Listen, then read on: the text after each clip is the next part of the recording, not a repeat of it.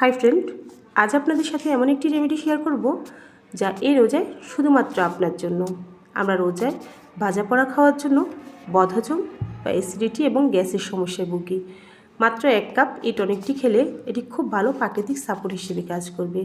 ফুটন্ত পানিতে কিছুটা জিরা, কিছুটা মুড়ি বা মিষ্টি জিরা এবং 1 পিস দারুচিনি, 3টি লবঙ্গ, কয়েকটি গোলমরিচ এবং সামান্য পরিমাণে হলুদ দিয়ে 10 থেকে 15 মিনিট অল্প জাল করে নেবেন। তারপর এটি ইফতারের পরে খেয়ে নেবেন। তবে এটি প্রতিদিন খাওয়ার প্রয়োজন নেই, দরকারও পড়বে না। 2-3 দিন পর পর একবার খাবেন। যাদের অতিরিক্ত গ্যাসের সমস্যা আছে তারা সারা বছরই এটি খেতে পারেন, কারণ এটি অনেক অনেক বেশি পাওয়ারফুল একটি এনার্জি ড্রিঙ্ক। ধন্যবাদ।